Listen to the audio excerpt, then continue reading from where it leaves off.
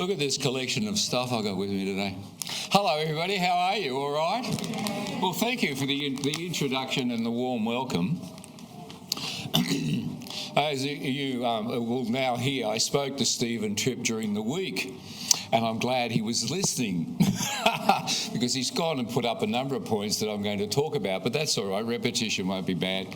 Now, I want to start with something I've got here. Let's see, the light's good here. And that is an original copy, a copy of our original Constitution. I know, great, isn't it? And it begins with, whereas the people of New South Wales, Victoria, South Australia, Queensland and Tasmania humbly rely on the blessings of Almighty God, have agreed to unite in this one indissoluble federal government under the Crown of the United Kingdom of Great Britain and Ireland and under the Constitution hereby established. Now, in this Constitution, which was written by a fellow by the name of Andrew Inglis Clark. Now, Andrew Clark was a Tasmanian and he was the Attorney General. But he also had started an American club in Tasmania. And I wondered, I wonder who was in it, a couple of SEALs. Where would you find interest in the American Constitution? But he had an interest and also the knowledge. And he went off to defend some case for Tasmania in the British Parliament. On his way back, he stopped into Washington, talked to some heavy sort of fellows, and then showed up for the Constitutional Convention, I think it was in Sydney, in 1891. And he walked in and he basically said, he opened his bag and he slapped 98 clauses for the Constitution on the table in front of Griffiths and a few others, and Henry Parkes might have still been alive at that stage. And they just were aghast. He had written the Constitution. And while they were aghast at that, he said, have you thought about a name? And they said, a name? And he said, well, you're forming a country, a nation. You need a name. And he said, what about the Commonwealth of Australia? And they looked at him and he said, but that's what Britain does, have the Commonwealth of Virginia, the Commonwealth of Delaware, and so on. He said, call it the Commonwealth of Australia. And while they were scratching their heads about that, he opened his satchel, pulled out an old rag, held it up and said, what about this for a flag? This one man from Tasmania, Andrew Clark, gave us the flag, the name, and what you have is 75% of your Constitution, and I bet you've never heard of him. What a disgrace that we have one founding father for this country and we're not taught about who he was. Now, in this Constitution, he knew enough to actually follow the principles that were set in the Magna Carta, and that was 10,000 years earlier, and that was the separation of the powers of government. And it was basically set up to stop the tyranny of a king or an executive officer just deciding that this is what you're going to do because I woke up this morning and I thought it was a good idea. So the barons protested, and of course we have the Magna Carta. So we end up with the American Republican system where they formally separate out the executive office, which is the president, whose job is what? To run the country and the government and the spending. The legislature, who will write the legislation telling the governor, the president, what he should do. And the judiciary to make sure that everything follows according to the Constitution. So he knew enough to actually write that on paper. Now, our system has often been called a Washminster, not just a Westminster. You're going to get that. Because we federated the states just like America did. And states hold the power. We, the people of what? These states, do hereby make this Constitution. It's the states that hold the referendum and still hold the referendum when they voted to actually become a federation. So it was that concept of the states becoming one that becomes so important. But the system that is there with our government, as it is in America, is that power which is not given is retained. so that the Constitution says what powers the federal parliament has. Education, for an example, is a state right. And I've talked to Christopher Foley and said, we need to take it back, because they have just the bureaucrats have slowly got in and sort of taken it all. We have this silly thing called an Australian Constitution. So firstly, we have this system where the powers of the Governor-General, you shall run the government. You shall actually tell the government each year what you think you want to spend on. Sounds like the American system, doesn't it? So what actually happened? Well, I was talking to Peter Cosgrove. He was up on the board, as I was telling Stephen about it.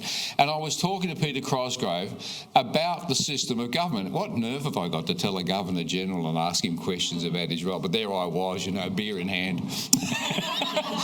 And we were talking about it. And he said, I went off to the United States and I went to somebody's funeral or something, but I could not represent Australia in any regard while I was in America. And he was just astounded. I said, that's because, mate, I said, they have so taken the power out of the executive office that your job, your position was nothing but a cipher. You do only what you were told on behalf of him who is telling you. And he acknowledged it, right?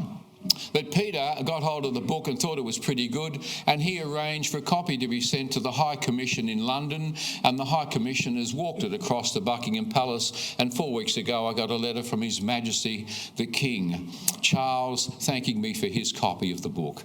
And I know, and that's going straight to the pool room, right? Anyway, you can see that we've got this problem that the powers that were delineated in the Constitution have been eroded. They're just not there anymore. So why are we in this situation? Well, what I thought I would do is try to sort of bring it down to some points that we can actually understand instead of just saying we've got this problem. It seemed to me, as I was thinking about it, it's taken a while for it to sort of happen. And I sort of thought it was like Gollum getting in and whispering in the ears of people, you don't need to have that power. You don't need to be listening. You should be doing to what the governor ministers tell you to do, not just taking advice. You are being ordered. So it seems to me that we've ended up with something in a system that's no longer a Washminster of the two systems. We don't have a Washington system and we don't have a Westminster system anymore. So I think that we have three fundamental problems. So if you're taking notes, or you can remember them for me, we've got three problems as I see them. Firstly, it's the distribution of power in our national government. And as you saw, as Stephen put it up, the problem begins, or really is in essence, with that 64B. It doesn't have a number, and yet it's so important that all the ministers of state, or secretaries of state, as they call them in England and they do in America, shall be members of the Parliament. So that the ability for the Governor-General to actually appoint people who know their subject was taken away. As you see in America, the Senate actually will argue, and whatever else they do, to actually, before a person gets that job, they have to know their stuff before they've got the job. Not in Australia. Well, I know a bit about finance. I've been to the bank once, sort of thing. I can use the ATM. Sure, I can be minister. We've got a real problem with who we choose. So it's the power in our system has been eroded to such a point that we actually now have, as you've heard, not just a bicameral system, but a two-party system where one is in government and the other's in opposition. And whatever one says, the other's going to oppose it, right? We listen to this going back and forth all the time. But what happened is the moment we accepted that 64 clause and threw the power back to the Parliament, we end up with two entities that are illegitimate in the Constitution. There is no such position listed in the Constitution as a Prime Minister. It is totally illegitimate. There is no mention in the Constitution of a party. They have no legitimate power. That's right. and yet they exist. How did parties come about? They bought votes. You bribe people to come along and vote for you. Then the party said, listen, mate, you know, how would you like to be the member for Sydney? Hornsby, mate, it's just sitting there waiting for you. We will pay your bill. We will get you elected. When you get in, you will do what I say, or the Labor Party will call you a rat if you don't do what you've said. But you see, because there's nothing in the Constitution or a contract where you can make a person who's freely elected by the citizens do what they're told by a party. But it happens. As Stephen, Jared was talking about, you know, just the control that's over there in the party. But it's illegitimate. So we've now got this system that's come along and bought with money. You could be a minister. Do you know how much they get? One says to the other, 250,000. It's better than the 50,000 you're getting now, isn't it, mate? You know, so whatever it is. So you can see that there is this lure that I get this good job by just being in the system, and that's what we've got. You know, not people that are experts in their field. So we've got these two positions. So because of the way it's set up, you could see it as an oligarchy. That is, there's two powers. Two people, two powers that are running government. It's a bit like Coles and Woolworths, a bit, isn't it? You know, you've got your Aldi, etc., but it's the two that are running it, and that's what's actually taking place. Under the current situation, and when I just sit and look at the powers that come down to the Prime Minister, it is right today nothing but an autocracy. We have an autocrat who is running our country. A PM, regardless of the person that happens to be there at the moment, tells his party what he wants, he tells his cabinet what he wants, he may listen, and then he tells who? The Governor-General what they're going to do. The person who is Prime Minister, and especially in our current situation, is totally an autocrat, and he has more power than the American President, because he writes the legislation, and he has more power than the King of England, who every week has the Prime Minister come and talk to him. I remember seeing an interview with the Queen where she'd say, I don't think my people are going to be terribly pleased with what you're suggesting, Mrs Thatcher. I think you need to change that bill, you know, desperately, sort of thing. So she was responding. She gets that little red box with all the legislation. We don't have anything, and our current Governor-General is even anti being Governor-General. It's just amazing that that's the system. It's so ridiculous that we've got. So our struggle for better government is not with the Prince, meaning the King, it's with the Parliament. And that's the problem that we often get. We do not understand that it's not the Westminster system as such. It's our particular system that's gone and given so much power to just the Prime Minister, and we have an autocrat that just decides on what he's going to do. Oh, I think I'll pass a law to do with people under the 16 can't even look at YouTube. I've been convinced by somebody that was in my ear that we ought to have net zero. There's a big move on, and we should join it. By 2030. Yeah, but right? It's a globalist agenda. It's an agenda. It's going on. The second point is the distribution of power across our nation, not in our parliament, but across our nation. And this is something that we have missed in the story of our development. I mentioned it in the very first paragraph of the Constitution, and that is we are not a sovereign country. Wait for it. We are a shared sovereignty country, and that is that each state has an act of the British Parliament to constitute that state. Our federal government also has an act of the British Parliament. When King Charles became king, we had to have a ceremony at the federal level where the bands marched and the Governor-General came out and she read if it was a she, that time, was it a she? And she read the declaration that we all now have the King of Australia. But did you notice that all the states had to do the same thing? and each of the states are still, as it were, directly responsible. We are a country of shared sovereignty, which becomes important in a moment. The third thing is the use of power across our governments. The first one was the power in our federal government, the power that's spread across our nation and who's really got it. And the third one is the use of power. Now, this then brings us to the point of how do we understand the system of operation of government that we currently have in this country. And it goes back to a fellow by the name of Talcott Parsons, writing in the 1920s. And he developed what became known as systems theory or functionalism. And functionalism was taken on by the bureaucracies, and they all like little boxes with lines that go to the next little box and the next little box. So it's terribly organised. It's what we call a deontology, a deon, which is law-bound. It's obligations. It's to do with roles. It's to do with regulations is what it is. So these people only know the regulation, the procedure. What's the other word?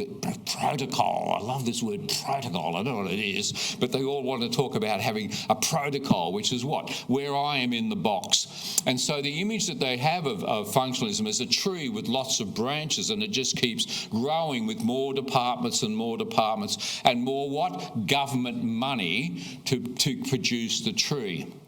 When the other crowd get in, whoever they are, they're supposed to be trimming off the branches of the tree. Well, that's what they're supposed to be doing in Queensland. I don't know how successful that's going at the moment. But anyway, I got told that that's what they're going to do. But the problem is that regulation has now dominated our life. I can't do this. Enjoy taking on the local Gold Coast Council and see how far you get. I mean, the regulations are unbelievable. Last night, we were watching the rugby. Here comes Australia taking on the Lions. It was great, the energy, the blood, the mud, the rain was coming down. And then they blew a horn and said, there's a bureaucrat watching the game. And he's also watching a computer and a little map, and he's decided that some 10 kilometres away he saw some lightning.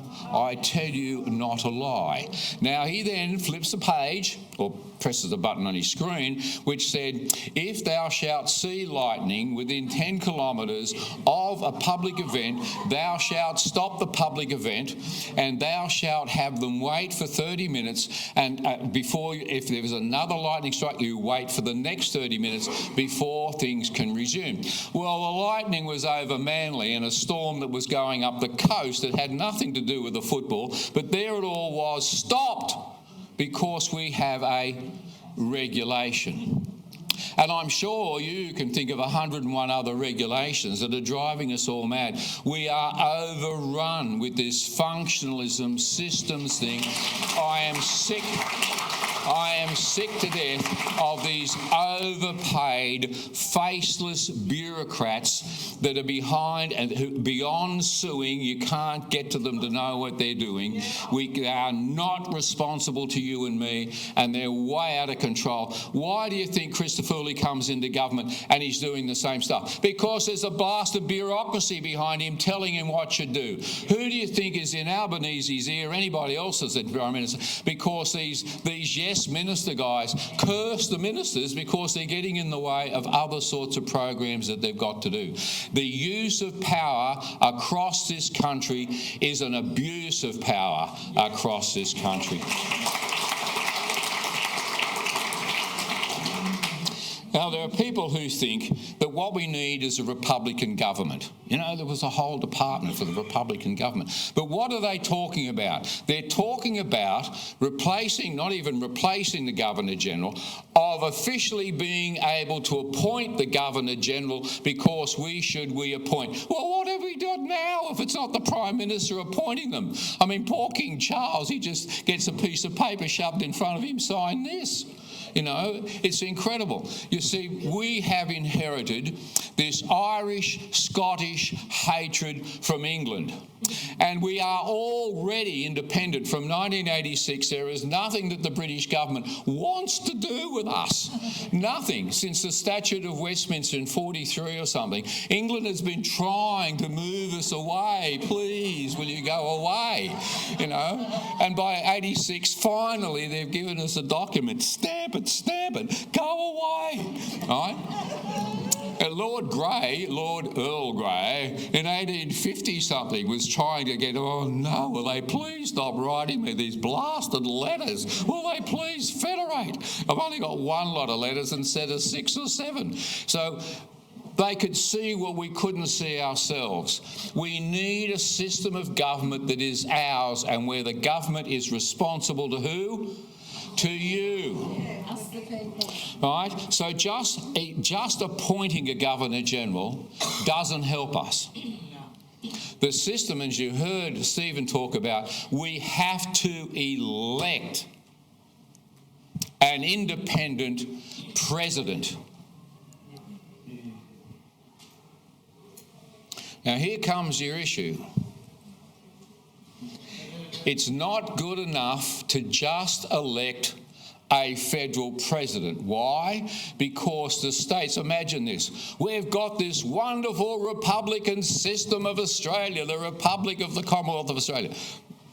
But the states are still Westminster.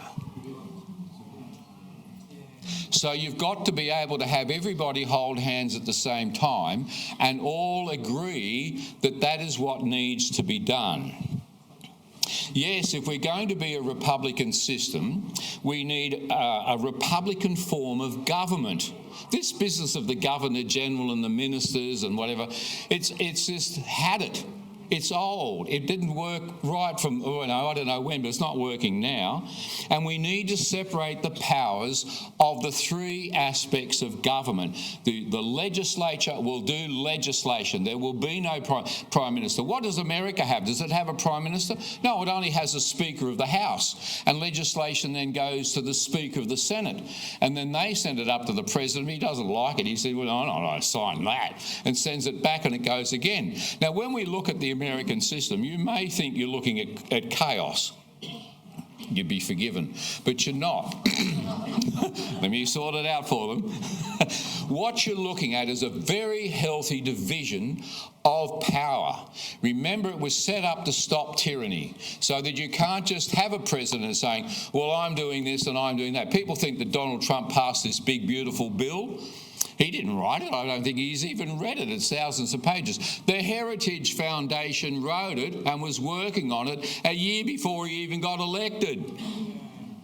So it was the legislature that picks it up. He doesn't send it over there. Maybe he would. Well, I'm putting this to you because he's got the right to make a proposal to the Congress. Then the Congress goes back and forth with it. They pass it, and it comes up to his desk, and he holds up a thing. Look, I've signed this, but it's got so much in it. So that's healthy. Now, what you also see is the courts now getting in, and there's a lot of Democrats who really don't like it. But the system, if you notice, the White House is not bucking it. Every time they get some judge that says, we don't like this, okay, we'll defend it. The White House, the administration, will defend what it's doing to the courts and up to the High Court, and it will be the High Court that says they've got the power. Now, what happens, guess, if the Supreme Court says, we don't like what you're doing? Where would the comeback be? The legislature would then say, well, we'll write a law that says he can. So if he can't get done what the legislature meaning the 2 houses, want to get done, they can soon write the law and he can then do it. So you see, you've got the healthy system of the division of what you can and you can't do. We don't have it. We don't have a separation of powers, and we don't have the tension between the governments that we should.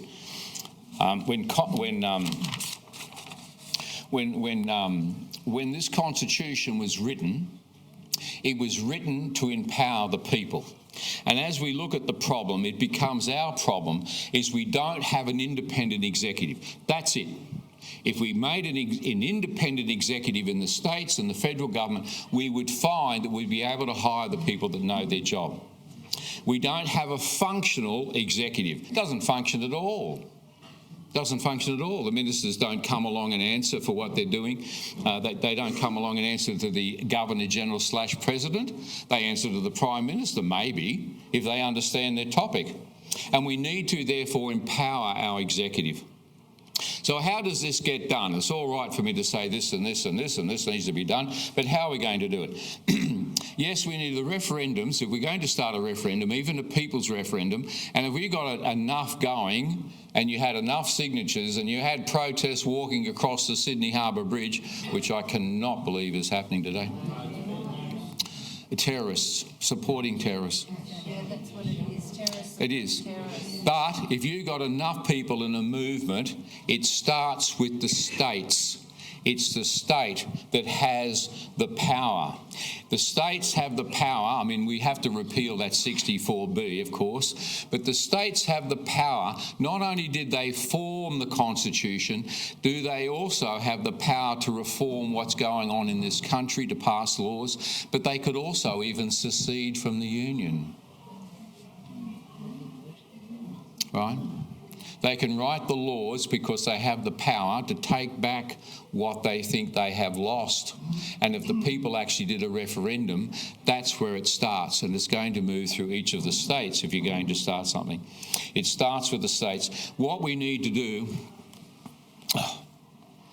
I brought some resources.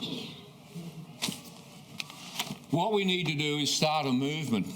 When they moved towards the federal federation in the United States, the British, of course, had control of those 13 colonies, which when you look at a map was really three little dots on the map, that Britain, France and Spain owned America. It's in my book. They had the country.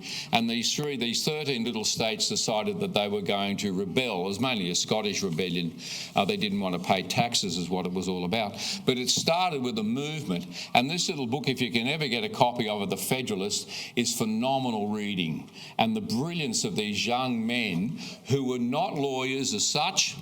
They were not, as it were, bureaucrats. They were philosophers, political philosophers that understood. For example, Hamilton Hume at one point says, if governments were ruled by angels, we would have no need for external or internal controls. But governments or men are ruled by men. And therefore, we do need controls. It's that sort of thinking. Yeah, I know, it is. It's phenomenal stuff. Another place he says, it's the energy in the executive that gives form to government. The energy in the executive that gives form to government.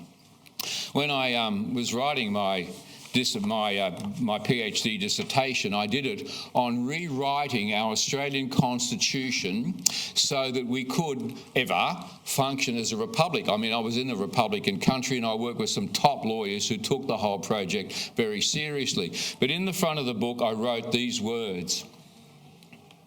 This is by Thomas Jefferson, and it's inscribed on the wall of the memorial down the road from the White House and the Lincoln Memorial. He said, "Some men look at constitutions with sanctimonious reserve and deem them like the Ark of the Covenant, too sacred to be touched. They ascribe to the men of the preceding age a wisdom more than human and suppose what they did to be beyond amendment. Laws and institutions must go hand in hand with the progress of the human mind. We might as well require a man to wear the coat that fitted him as a boy as civilised society to remain ever under the regime of its ancestors." Right? You can hear the wisdom of being progressive. So we have this problem where we need to address basically the power of the distribution within our government as well as the bureaucrats. We have become vulnerable. We have become vulnerable to the criticisms and the derailing of our country. Our children have now become vulnerable to the nonsense that's taught in schools because we don't know our history. and we've been robbed of it, of this wonderful, incredible story of these men and women that have got our ancestors that have gone before us to create this country. When they wrote the Constitution and they inaugurated the Constitution, everybody, it seems from the photos, were out to celebrate. The enthusiasm was immense that we had become a nation. We have lost that enthusiasm as we have lost our history. And we don't realise, I think, we should realise again and reclaim what is in that Constitution. We became a democratic country where every person in this country today has a vote, an equal vote. This Constitution says we, the people, own the government. We, the people, own the country. It says we are one country and we have one flag.